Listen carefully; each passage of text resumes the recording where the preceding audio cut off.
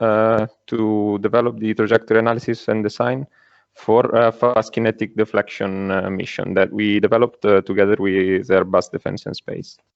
So the main goal of this project was to assess the feasibility of modifying a commercial spacecraft platform in order to perform asteroid kinetic deflection in the shortest possible time. Shortest possible time includes development and manufacturing of the spacecraft, which is the key aspect of this study. It explains the fast kinetic impactor keyword. The mission analysis objective that was our main driver was to derive a maps of required platform capabilities in terms basically of wet mass and delta V capability that allow to achieve a certain deflection as a function of the asteroid orbital and physical properties and the mission parameters. On the other hand, the platform objectives performed by Airbus were the definition of the system requirements, particularly GNC, that can ensure impact success, the identification of the minimal modifications required on an existing platform to reach kinetic deflection objectives, the assessment of feasibility of deploying a CubeSat before impact that could transmit impact images to the Earth, and the definition of the activities and the shortest possible schedule to reach launch readiness condition. Just to give you an insight of this shortest schedule, we are talking about 6 months development, manufacturing, and testing of the platform in order to be able to deflect an asteroid detected that have a possible collision with the Earth around 3 years later. So the methodology that we followed has basically 2 steps. So we generated an extensive catalog of bodies that we wanted to analyze. And then we performed two steps. The first one performed with a tool called SESWIC that was based on the calculation of all the feasible trajectories, both direct and with flybys from the Earth to the target. Then the calculation of the deflection at impact, and the filtering of these trajectories according to some mission assumptions. And then the second step performed with another tool called LOTNAV that used the post-impact state and an N-body propagator to compute the deflection at the close approach epoch. These two steps were orchestrated by an upper Python layer. So first of all, the asteroid catalog. We retrieved 252 bodies inside this catalog that have a size ranging between 20 and 80 meters diameter. We have 45 potentially hazardous asteroids, and the other one are near-Earth objects. Some of them have very close approaches to the Earth, and some of them have approaches that are not that close. And we retrieved them from the GPL Small Bodies database and the ESA NEOS Coordination Center. On the right, you can see some statistics about the asteroid catalog, the semi-major axis distribution, where we can see that most of the asteroids have Earth-like orbits, then eccentricity distribution and inclination distribution. And in particular, we can see that the inclination is quite interesting because we have the majority of asteroids between 0 and 10 degrees inclination, but we also have many bodies that are above 10 degrees inclination. So the first step of the analysis was performed with a tool called SESWIC. SESWIC is acronym for the Sequential Swing-bys Investigation Code. It's a tool that allows searching for optimal chemical transfer between 2 bodies of the solar system, allowing multiple swing-bys. So the tool is based on a search and prune algorithm with a users-defined time step, both in terms of departure and arrival dates, and computes all the possible feasible missions that comply with the given constraints. Finally, if selected by the user, SESWIC also allows a computation of the deflection delta V imparted to the arrival body. So basically what we did was, for each body in the catalog, we created a grid of launch dates defined with a time step of 6 days. Then for every launch date, we computed all the Lambert's arcs that reached the target at a grid a time grid also of 6 states. So already here you can see that we have a large number of trajectory per body. We excluded all trajectories above 4 flybys. Then all the feasible trajectories that we computed this way were filtered out according to 3 main criteria. Relative impact velocity that had to be constrained between 5 and 15 kilometers per second. Sun phase angle below 140 degrees for basically GNC requirements. And arrival date before the asteroid's Earth close approach, of course. And so we retrieved a set of valid trajectories, and for all of these, we computed the deflection delta V, assuming inelastic collision, so beta factor equal to 2. The second step of the analysis was performed with the LOTNAV, the Low Thrust Interplanetary Navigation Tool, which is a reference tool in the design of finite thrust and ballistic interplanetary trajectories. It has 4 main functionalities. There are the production of a continuous impulsive and hybrid trajectory profile compliant with constraints, then the generation of a number of system observables along the trajectory, so measurements generation. It's able to perform covariance analysis to assess the theoretical accuracy level of different variables, and the estimation of the state vector and other environmental parameters. So we basically exploited LOTNAV for its first task, which is the fine n-bodies propagator. What we did is for each body of the catalog, we first computed a nominal trajectory for which we computed the minimum distance from the Earth. This is done by searching the close approach in a time frame that is centered of about 1 year, centered on a close approach date given by the available databases. For each valid trajectory, the deflection delta V is added to the nominal state at the arrival epoch of the spacecraft at the asteroid, so the collision epoch, and then this perturbed state is propagated until half a year after the close approach date, and once again the minimum distance is computed. The difference between the nominal distance and the perturbed distance yields the absolute deflection. A few words about the deflection computation. We have a catalog that contains potential hazardous asteroids and near-Earth objects, and some of them do not have very close approaches to the Earth. So we needed to be sure that we could define a target plane even if the asteroid didn't enter the Earth's sphere of influence. We still wanted to include these bodies, even if they don't have an impact probability or they get very close to the Earth, because still it allows having better statistics on the deflection capabilities that can be generated on a large set of asteroids. So instead of the B plane, that has been defined many times in this workshop, we use the so-called modified target plane. This target plane that has been defined by Milani and his colleagues in 1999 is defined as the plane orthogonal to the body's velocity at the point of closest approach, which is of course a typical solution in the field of impact probability computation for near-Earth asteroids. And thanks to this definition, we could compute the absolute deflection in terms of difference between nominal and post-deflection distance, disregarding the asteroid entering or not entering the Earth's sphere of influence. A few words on the implementation.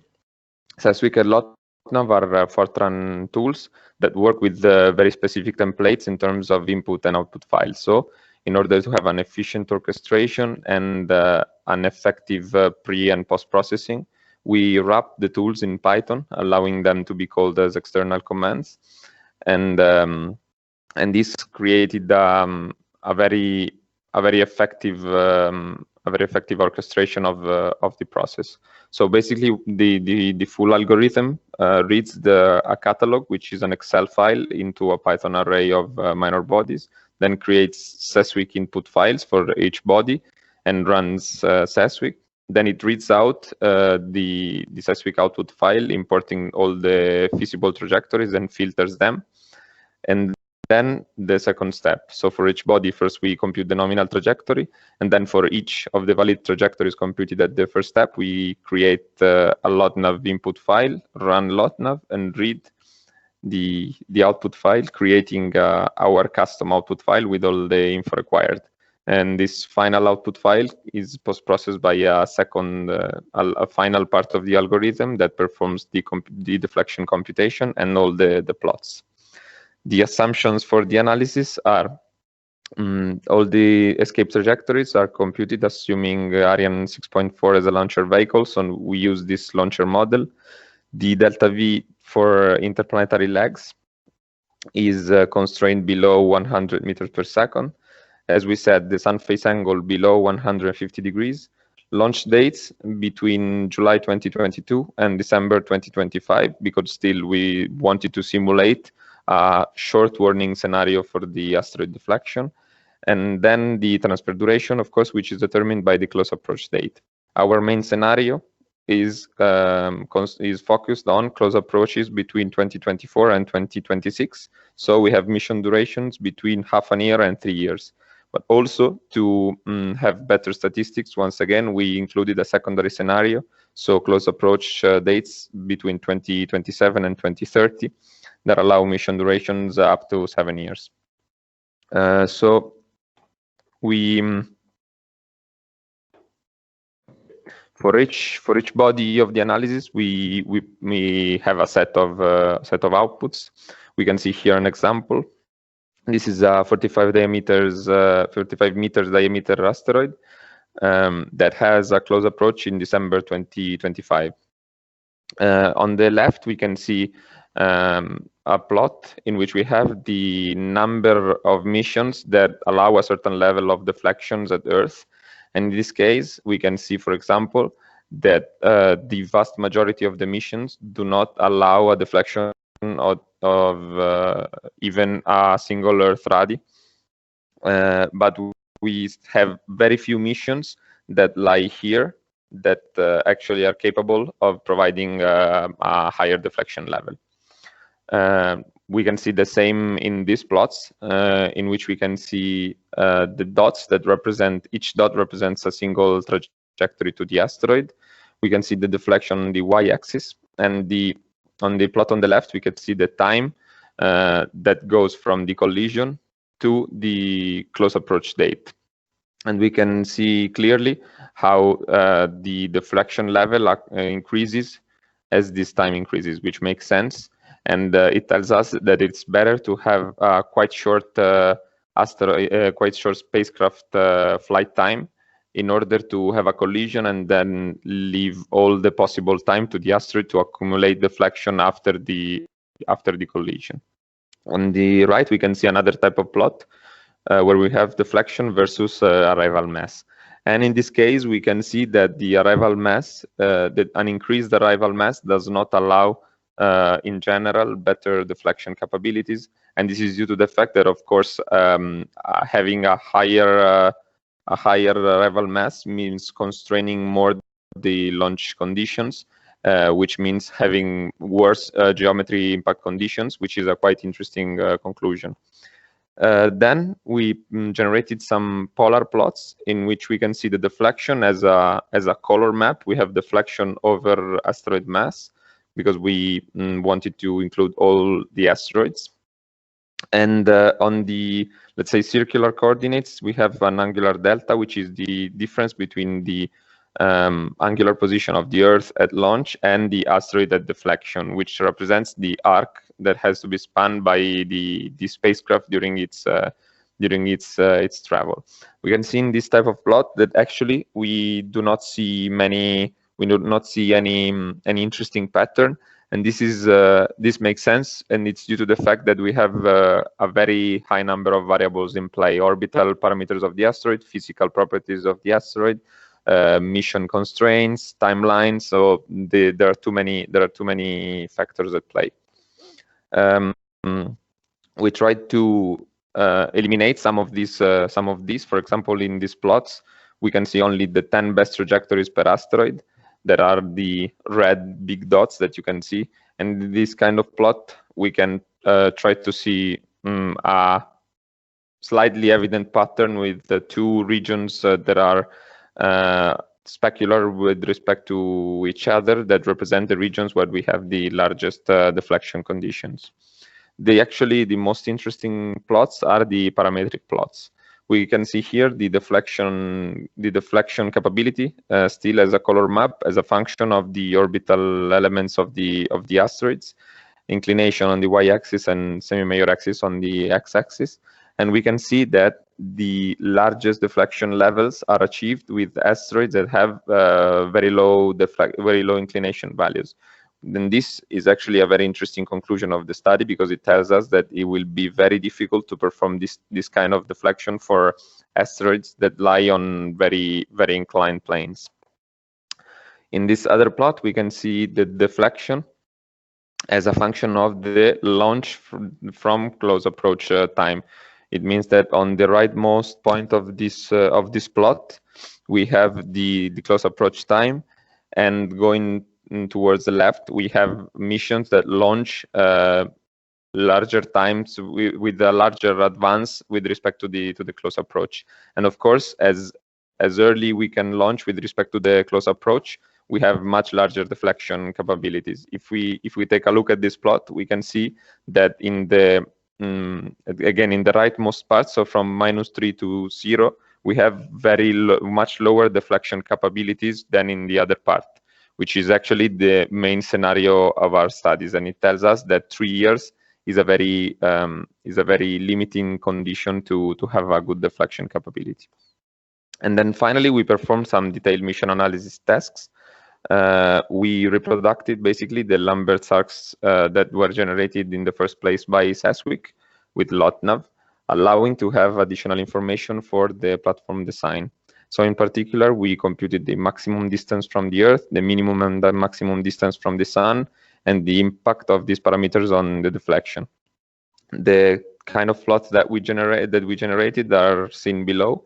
And you can see on the plot on the left, the maximum Earth distance, which tells us that actually the missions that stay closer to the Earth also provide the highest deflection levels. And also for the maximum and minimum Sun distance, we can see that the best missions are the ones that stay closer to the Earth. So basically, we can conclude saying that missions that lie in Earth-like trajectories are actually the best ones. So there's no need to force the platform design to allow it to go much farther from the Earth or from the Sun. So concluding, the deflection capabilities do not only depend on the transfer time. We have good deflection capabilities also for short transfer times, but also depend on the relative geometry between the asteroid and the Earth. The arrival mass, as we said, presents no trend with respect to the deflection capabilities, as it's highly coupled with the arrival geometry. Higher sun phase angle tends to correspond to higher deflection capabilities given the same transfer time, but most interesting is that the sun phase angle largely affects the launch opportunities, because if we constrain the sun phase angle much more than 140 degrees, we can have good deflection capabilities, but we will also have a much smaller number of feasible missions. So this will reduce the mission flexibility and the deflection capabilities generally speaking.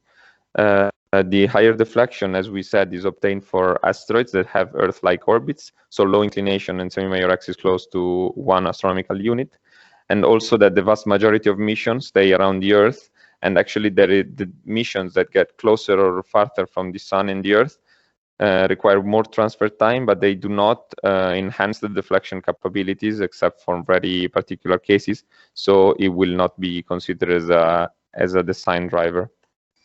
And you can see here a small video representing the trajectory of one of the missions. Thank you very much for your attention, and if you have any questions, I'll be available, of course.